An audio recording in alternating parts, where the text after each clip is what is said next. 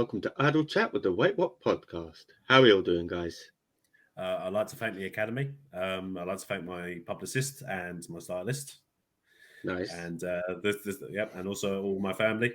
This one's for you, Izzy, over there, sleeping on the couch. Love you. No blood for oil. Here's your award. I didn't have anything to pick up. I'll pick up the mouse. There you go. Keep my wife's name out of your goddamn mouth. Oh, nothing to slap. Nothing to slap. Nothing like that happened this year. But yeah, what if you don't know what I'm talking about? Well, you should do because you clicked on the title. We're going to talk about the Oscars that happened the other night, and yeah, it was not an eventful ceremony like in this vein of Will Smith slapping someone or any other controversial Oscars moments. In quite a lot of ways, it was actually a decent show. I actually stayed up and watched it, which I don't normally do. They started it like pretty much an hour earlier. So over in Jolly Old over here, it finished at a reasonable time. And I say reasonable time, I mean about 2:30. Where's reasonable considering I only fell asleep once. Me and the missus fell asleep on each other, but then we woke up at the appropriate time just before they were giving out the big award. It was only for Did you fall asleep and then you just heard "I'm just Ken" and you just jumped up like I think so. Actually, I think that's what did. I think like a sleeper agent. He was Barbie sleep. He's a sleeper agent. He's like he just said "I'm just," and he just jumped up and was like, "Anywhere else I'd be a 10." Well, I'll get to that. But yeah, it was the Oscars this year. I made a concerted effort to watch as many of the Best Picture nominations as possible, as I always do. I was helped this year by the fact that I'd already seen 2 of the movies that were nominated, which were Oppenheimer and Barbie. Check out our Barbenheimer review on the YouTube. And of the other nominations, American Fiction I haven't seen because it hasn't made it over cinemas over here anymore at the moment, or any of the big cinemas. Anatomy of a Fall, me and my missus just can't find anywhere. No streaming services or anything like that. We'll eventually watch it. Holdovers, the Anatomy of a Fall. Anatomy of a Fall. Yeah, I know it's about a woman that it looks like she killed her husband. It's about a fool. A fool, yeah. Yeah, I didn't see what American Fiction was about. Holdovers I've seen. That was a really good movie with Paul Giamatti. Killers of the Flower Moon I've seen in the cinema. That's the one with Robert De Niro, Leonardo DiCaprio, Martin Scorsese about the Osage Indians. Maestro I saw on Netflix. It's boring. About Leonard Bernstein. Bradley Cooper's good in it though. Past Lives I saw, it's a Korean movie, but all subtitled and stuff. That was pretty good. Poor Things I saw in the cinema. Emma Stone is fucking brilliant in that, and Mark Ruffalo. It's Fool, not Fool. I said Fool. I thought you said Fool as in you foolish child. No. And the last movie, Zone of Interest, I haven't seen. I know that's the Holocaust movie. It's about a family who's the father is a guard in the Holocaust, and basically they're just living like a normal family life in the background of like one of the most worst like human tragedies in the world kind of thing. And that's the British movie, the Zone of Interest one. So I haven't seen that one. But yeah, thankfully the movies that I did see were mainly the ones that won on the night. I normally have a reliable streamer, and that Anatomy of a Fall isn't on there. It isn't on there at all. Yeah, exactly. Yeah, it's just hard to find it anywhere. It's not. Is it American film? Not like Korean. No, it's. I thought it was a French movie, but no, it's not in French. It's just I think it is. I think it has got a French director. Actually, it might be a French movie. Maybe I found it. Yeah. Oh yeah, where you found it? I found it. I just didn't find the streaming site. Oh, is it free though? I found it. Is it? It's not free though, is it? Yeah. Is it above board? No. No.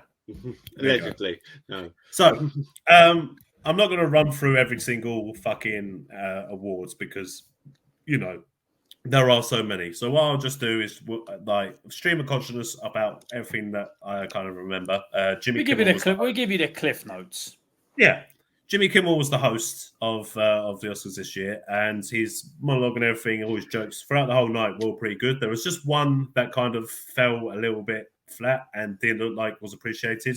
He made a joke about Robert Downey Jr. I knew you was going to say that. Drug history and stuff. The highest point in his life. Well, maybe not the highest. Yeah, like Robert Downey's like reaction to that was, a bit, it seemed like he didn't take it in the best way, but people get ripped on the Oscars. That's just the way it is. So yeah, they presented the first award, which was the Best Supporting Actress. That was won by Divine Joy Randolph for The Holdovers. Very well deserved. She was very good in that movie. She beat Emily Blunt from Oppenheimer, Danielle Brooks for The Color Purple, which is the Spielberg movie, America Ferrara from Barbie, and Jodie Foster in The Ad. I've seen The Ad as well. It's a movie about a former athlete who is now in her 60s that wants to swim, I believe, from Cuba to America, and she pulls it off. She's a long distance swimmer. She swims for like bare days and stuff. Yeah, well, it's a true story. That color purple, was that a remake of the original Color Purple? Yes, yeah. With the original was really good. And Spielberg, he's normally good on stuff like that, so he does well on it. But he didn't win the Best Supporting Actress for Daniela Brooks. They went on to host some of the smaller awards, stuff like that. Everyone was, being respectful, keeping their speeches kind of short and stuff like that. Music turned on a couple of times to play people off. Some of the most notable kind of hosts of awards, Arnold Schwarzenegger and Danny DeVito came out to present the award. I saw that. That like one new like show. Oh yeah, they just ripped on Michael Keaton the whole time. It was great. It was for film editing, and they both mentioned how they're both Batman villains. And then Danny DeVito was just like, "How did he beat you?" And Arnold Schwarzenegger says that Batman won with the power of love. and so Danny DeVito was going, "Oh, he threw me out of a window." And then he was just like, "Oh wait, and he's here." And there's Michael Keaton there sat in the audience, and he's like, "You got some nerve," guy. There's Arnold Schwarzenegger like holding the video back, kind of thing. Just, "You got some nerve, buddy." Well, yeah, because that was going like that. He was the Batman, wasn't he? And obviously, it was Schwarzenegger's Batman was he who should not be named. Yeah, indeed. We reviewed that. Check that out as well. That was good. That was for the award for film editing. They were also twins, them two. They are twins. Yes, what do you mean were? They are twins. Look at them. They look the same. Indeed. Both great. Another two hosts that were really good was Ryan Gosling and Emily Blunt. Didn't present awards, but they had a kind of VT where they kind of like gave credit to all the stunt performers that have worked in the film industry. That's they never get the recognition. And there's no award for like stunt performing or anything in the Academy Awards either. I believe they are bringing in new awards for like casting and stuff like that. Probably be like best stunt. There probably will be like best stunt team and stuff like that. There should be one for stunt performance. I feel because some of these things that they do are incredible. One of the newer awards that they're doing is Best Visual Effects, and that was won this year by Godzilla -1, which was like a huge thing because that movie came out on a very small budget and it beat the likes of Mission Impossible and Guardians of the Galaxy and stuff like that. So that was pretty impressive. We've got to mention John Cena at the Oscars this year. What was great is that Jimmy Kimmel initially says like a moment in Oscars history, the second most controversial moment in Oscars history was the time that a streaker came on to the award ceremony and interrupted it. And he goes, he goes, "Can you imagine if something like that would happen now?" And then John Cena just pops his head out, kind of thing. You can see his bare chest. And he's like, psst. He calls Jimmy Kimmel over. He's like, "I don't want to do it." And Jimmy Kimmel's like, "What are you talking about?" It's just like, he goes, "Oh, it's this like a really fancy evening and stuff like that." And I didn't realize. He goes, "Come on, man, you wrestle naked." He goes, "I don't wrestle naked. I wrestle in jorts." That's worse.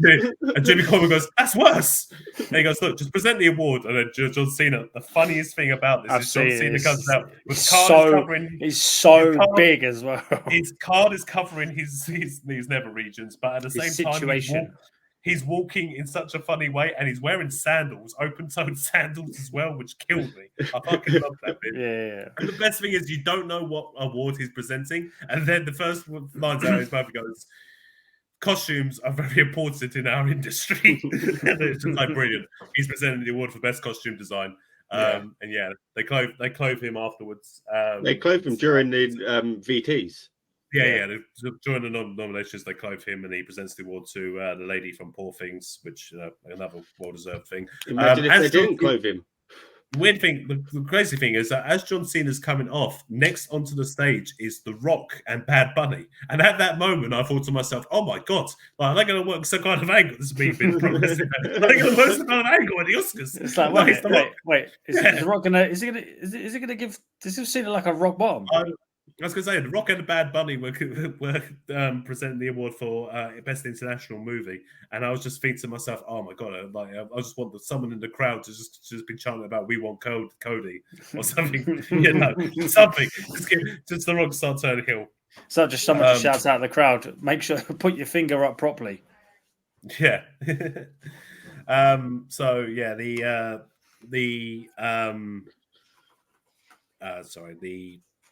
Rock Best international movie. Yeah, that was won by the British movie, The Zone of Interest. That's the first time that a British movie has won in that category because they've changed the name of that category. It was now called the Best International Movie. It was before it was called the Best Foreign Language Movie, and obviously British movies aren't in foreign languages. Yeah, so that's why it's the first time that we have won this award. Yeah. So also at for like.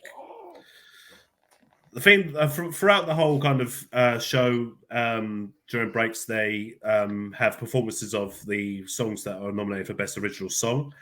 Billie Eilish was first for What Was I Made For. I've never seen Billie Eilish perform live. She's fucking incredible. She's really good. Yeah, I've heard Billie Eilish is good live.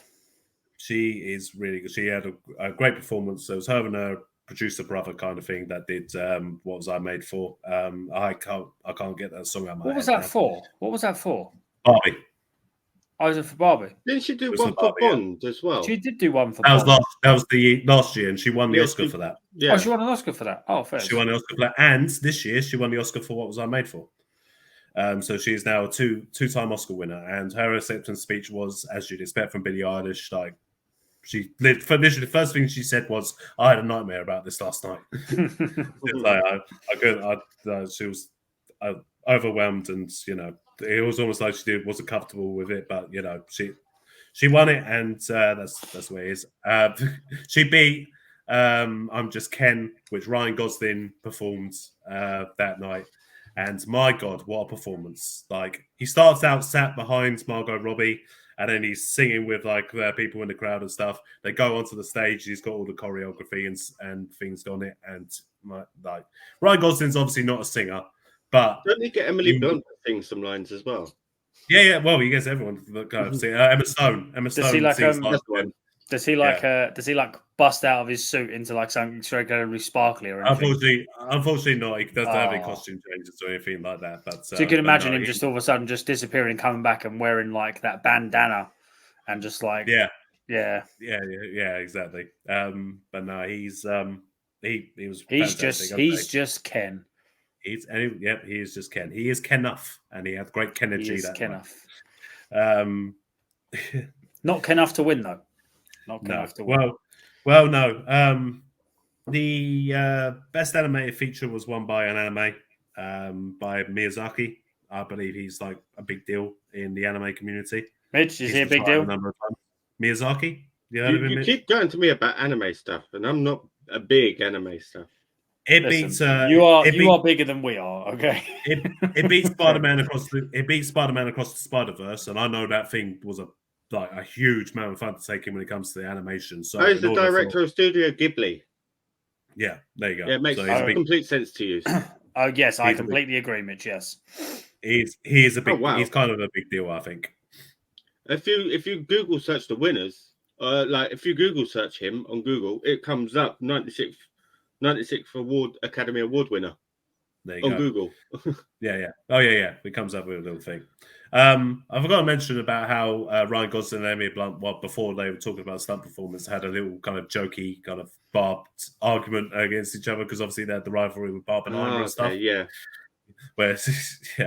Where Emily Blunt was just like, well, obviously this award season, we know which one won. And it just got, and she was just like, yeah, it's just weird, how people always call it Barbenheimer. He goes, because you've been riding our coattails all summer, and it's just like the whole crowd's like, oh, kind of thing, both back at you for each other. And then they had like an actual argument where I think it was kind of like improvised and stuff. Was it a work? It was a work. It was a work. It was a work. It was a work, but it was improvised, and it was really funny. Well, they showed The Rock how to do it. The star of the night really was Ryan Gosling, even though he didn't win anything. He was really great. So some would say the moment is better than the award sometimes because that will be forever talked about. Indeed. So he didn't win Best Original Song. So the next big award after that was the Best Supporting Actor. They had, which was won by Robert Downey Jr., who has won his first Oscar. Which is crazy to me. It's crazy. The fact that Robert Downey Jr. has not won an Oscar until now, mental. Yeah. So like Leo, isn't it? Leo DiCaprio. Yeah. He should have won. He should have won one for Endgame. He should have won one for Endgame. His performance was fantastic. Yeah. And I go, fuck.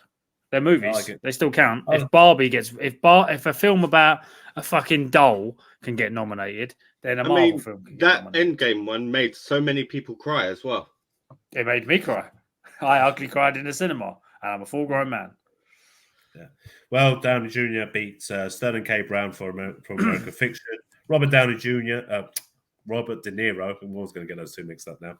Robert De Niro for Killers of the Flower Moon.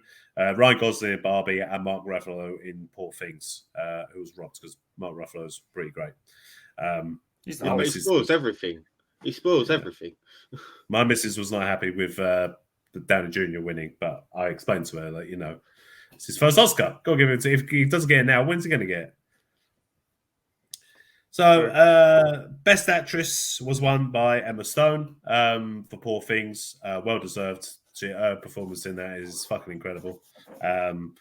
Poor Things itself is just such a great movie. It would have been my win for Best Picture. She beat Annette Bening for Naiads, Lily Gladstone for Killers of the Flower Moon, Sandra Hüller in Anatomy of a Fall, and Carey Mulligan in Maestro. When Emma Stone was giving her speech and stuff, she mentioned how her dress was broken at the back. She blamed this on Ryan Gosling for his performance of I'm Just Ken. she was just like, my dress is broken. I think it was the I'm Just Ken performance. Then it went on to Best Actor. Cillian Murphy won in Oppenheimer. He beat out Bradley Cooper in Maestro, Colman Domingo in Rustin, Paul Giamatti in The Holdovers, and Jeffrey Wright in American Fiction. Big win for the British and Irish for this one. We just pretty much swept a lot of the awards in the Oscars. He gave a great speech, and he said this one's for the peacemakers because obviously Oppenheimer was, about the war, about the atomic bomb. And then the last two awards. I feel like this award came out before the acting ones. I think Emma Stone went on before Best Picture.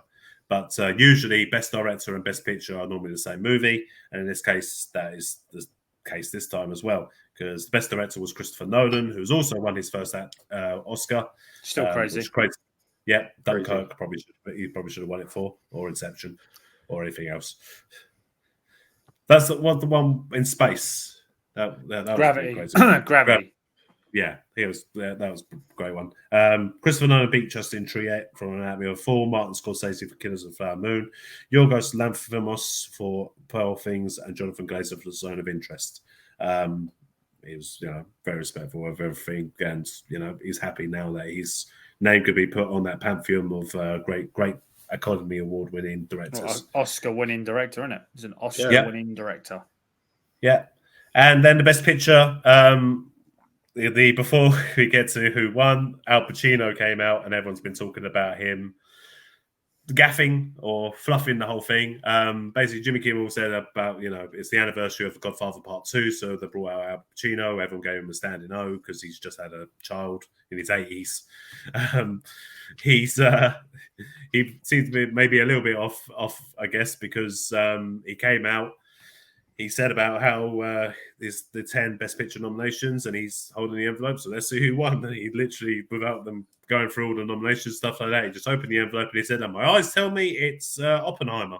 And there's a bit of a delay because people don't know if he's joking or not. And then eventually they'll just start clapping and Oppenheimer won. So it's a bit of an anticlimax at the end. I don't know if they rushed for time and they needed to get him off or get like the whole ceremony over with. He had to get back and help with the feed. He had to get back and help with the feed, didn't it? Indeed.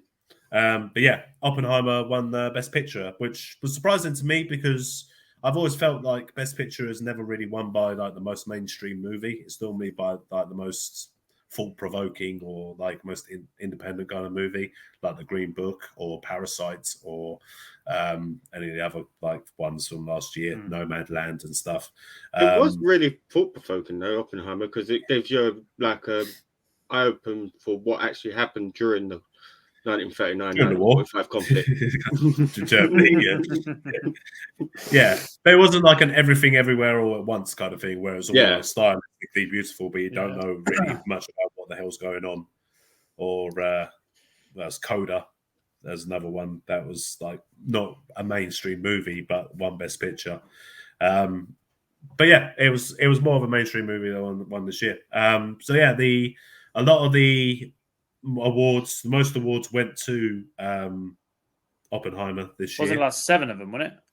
Yeah, I think the next best was Poor Things. They won a lot for, obviously Emma Stone won, and they won for makeup and costume and things like that. And then there's just a couple of sprinklings of other awards for the likes of Anatomy of a Fall, which won for screenplay. Barbie won one for the song. And original song. And most of the awards went to Oppenheimer. So up the British. For Britannia. Yeah. Well, see what I mean? I'm not going to say anything because if I speak, I was a bit disappointed that Iron Claw wasn't nominated for anything because I had seen that movie recently. MJF is fantastic in the movie. It's never going to get. Do you reckon that was released a bit late for the the awards? Yeah, so it might end up. Would you reckon it will creep in for next year's Oscars? No, because it was just from last year. Yeah, true. Also, look at all those films we've just spoke about as well. A couple of them would definitely probably be in there. Garfield. Definitely Garfield. Paul Rudd for Ghostbusters. Original song. What's Paul Rudd's one? I'm just a ghost. Anywhere else I'd be the most.